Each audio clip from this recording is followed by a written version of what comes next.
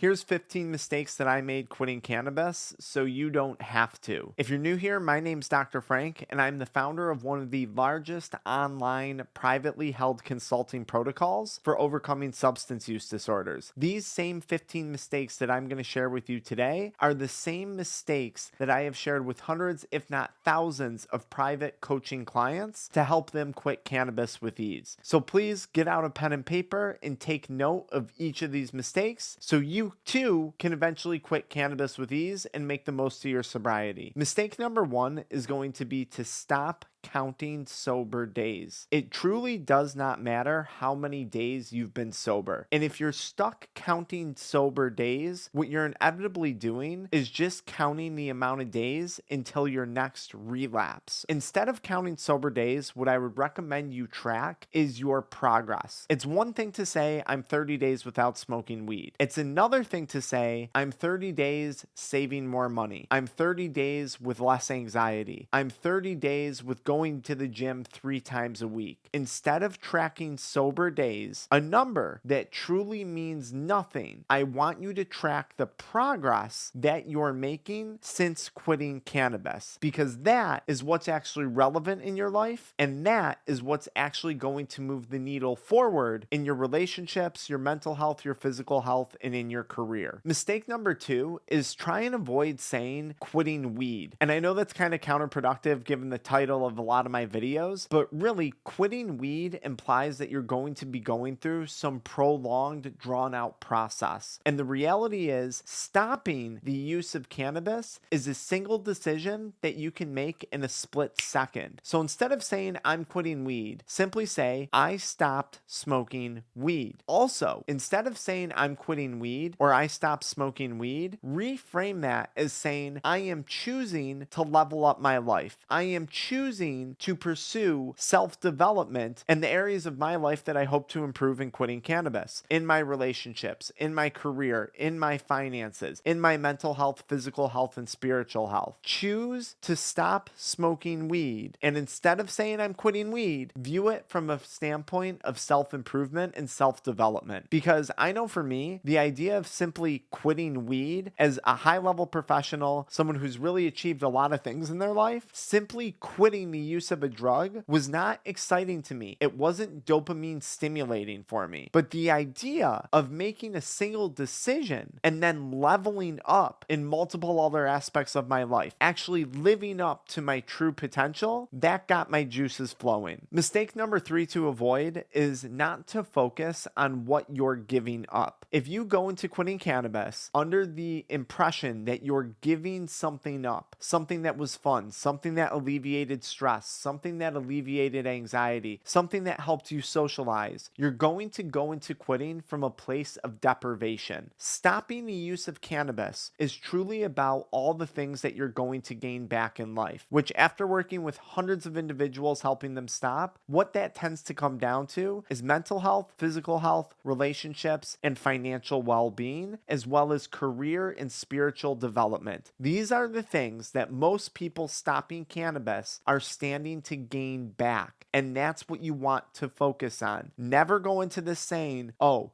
I'm giving up smoking weed. I'm making a sacrifice. It's about what you gain back, not what you're leaving in the past. For example, like this person here that we've been working with who has suddenly found themselves returning to the gym, reclaiming their physical health after stopping years of cannabis substance use. Mistake number 4 that you're going to want to avoid is saying, I miss smoking weed. I miss doing X, Y, and Z. What I want you to do if you find yourself saying that is start to separate yourself from that voice in your head. A very simple technique you can do to do this is called addicted voice recognition technique. So instead of saying, I miss smoking weed, say, oh, the addicted voice misses smoking weed. I miss being fully present for my kids and my wife. I miss acting and behaving to my true potential in my work and my career performance. I miss reclaiming my physical health to my actual capabilities. It's the addicted voice that misses smoking weed. Start to create separation between you and your thoughts, because you are not an addict. You are so much more than that. So stop identifying and associating as one. Now, mistake number 5 to avoid goes against the grain of everything you've probably heard. Stop running and stop avoiding people, places, and things. You'll hear this all the time in recovery programs. You'll hear this all the time in 12-step groups. But the reality is you cannot run from a substance use disorder. You cannot run from your own desires and your own beliefs. The reality is federal legalization of cannabis is coming soon. If you're not already in a state where it's legalized, you're going to be surrounded by it. So if you're spending all your time trying to hide from people, places, and things that quote unquote trigger you, which triggers don't actually exist, that's just a mindset flaw. But if you're spending all your time trying to avoid these things, what you're doing is you're creating self-doubt. You're not acknowledging that you are an autonomous human being who is in control of making their own decisions. So what I actually recommend to people is immerse yourself around people, places, and things that you might find triggering if those things are going to remain part of your life. Look, obviously, if you're quitting cannabis and you have a really crappy friend circle or a really crappy circumstance, obviously you're going to want to avoid that stuff. If you're quitting cannabis, no, I'm not recommending that you go walk into the dispensary and just browse the menu to see what's there. But what I am recommending is if you have good friends that still continue to consume cannabis, or your wife or your husband continues to consume, don't run from them. Don't avoid them. Learn how to coexist comfortably with these things. I remember one of my first clients that signed up was actually a medical physician who worked in the addiction recovery space. They owned some addiction recovery treatment centers, and they had moved states to avoid cannabis. And what happened was the moment that Delta 8 products hit the market through that farm bill, which we'll cover in another video because they're kind of reversing that, they called our offices and they were like, listen, I'm so embarrassed. I'm a physician. I own addiction treatment centers. I literally moved states to stop smoking cannabis. And the moment that Delta 8 hit the market, I relapsed. You can't run from the substance. Don't avoid people, places, and things. Acknowledge that you are the one who is in control of making rational decisions. We just did this recently, like this individual here that we've been working with. They were traveling while working with us inside our programs. They had gone to France and they were around a friend who was smoking cannabis. And when they asked, is this something I should be doing? Do you think this is a good idea? I was like, of course, go, enjoy yourself, travel, see the world. This is what we want. And they did it with ease. Mistake number 6 to avoid, which is kind of associated with mistake number 5, avoiding people, places, and things, because it's really rooted in traditional recovery and 12-step philosophies, is sitting around talking about your past with a bunch of other people. The past is in the past. And when we focus on past experiences, it tends to result in feelings of shame, regret, remorse, rumination, and all of that negative stuff. What we want you to do is focus on the future, because if you're stuck living in the past, you're going to overlook the opportunities that lie right in front of you. Speaking of which, if you've tried a bunch of other stuff to quit and everything has failed you, we have a science-backed method that has a 98% client success rate at helping people quit nicotine, cannabis, and other substances in as little as 48 hours. We can do this privately without disrupting your public life and image, and we can do it without relapse. Our method is designed specifically for high-level professionals and high-performance individuals. I put a link in the video description in the pinned comment where you can learn more about that. Mistake number 7 worth avoiding if you're quitting cannabis is letting other people tell you what to do. You are, very likely if you're watching this, a successful, autonomous human being who has probably made a series of rational decisions up to this point in their life. Maybe you own a business, maybe you're an entrepreneur, maybe you have a family, maybe you have a really high degree, you're a doctorate, you're an attorney, you're something like that. Chances are you have proven thus far in life that you are capable of thinking for yourself. So if you find yourself in a situation where other individuals are telling you not to trust your own decision making, or worse, are making decisions for you and robbing you of your own capacity, your own autonomy, and your own free will to think rationally, run the other way. Make decisions for yourself. Don't let anyone else come in and try to save you or help you with some savior complex, because I promise it's going to backfire. It backfired for me, and it's backfired for hundreds of people who have come through our programs who have fallen for that mistake in the past. Mistake number 8, and this is a big one. Don't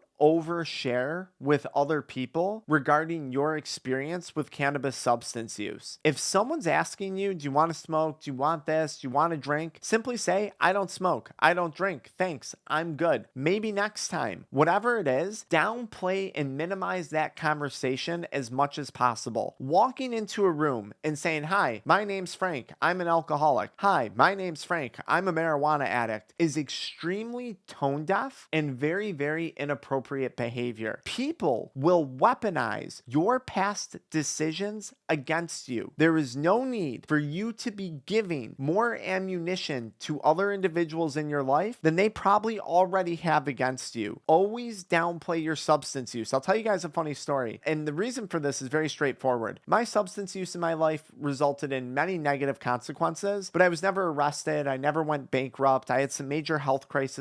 Certainly, I broke off lots of relationships, burned a bunch of bridges, almost lost my business, bad stuff. But the reality is, I didn't have anything crazy detrimental happen that was going to impact my future. This is where I'm going with this. Even my current wife that I'm married to, and we've been happily married for a long time. We have 2 beautiful children together now. She had no history. She had no background on my substance use. She learned about it when I published a YouTube channel 7 years ago talking about my substance use. And when she asked, she was like, wow, I had no idea that you had such major problems with these things. I was like, yeah, that was in the past. This is the future. Let's move on. That was it. Don't give people more of an explanation than necessary. They say recover out loud. There is absolutely no need to be doing that. Mistake number 9 worth avoiding is trading one crappy addiction or behavior for another crappy addiction or behavior. Now look, in the beginning, I want you to give yourself some grace. I'm certainly not perfect. I have bouts of scrolling too much social media, eating junk food. I have bouts of missing my workouts. It happens. We're human. But the last thing you want to do is put down cannabis and start drinking a bunch of alcohol. The last thing you want to do is put down cannabis and spend countless hours playing video games, online gambling, and scrolling on your phone. Because what's going to happen if you trade one crappy behavior for another one crappy obsession for another crappy obsession, is you're going to wind up feeling bad. And then you're going to wake up 30, 60 days from now, and you're going to say,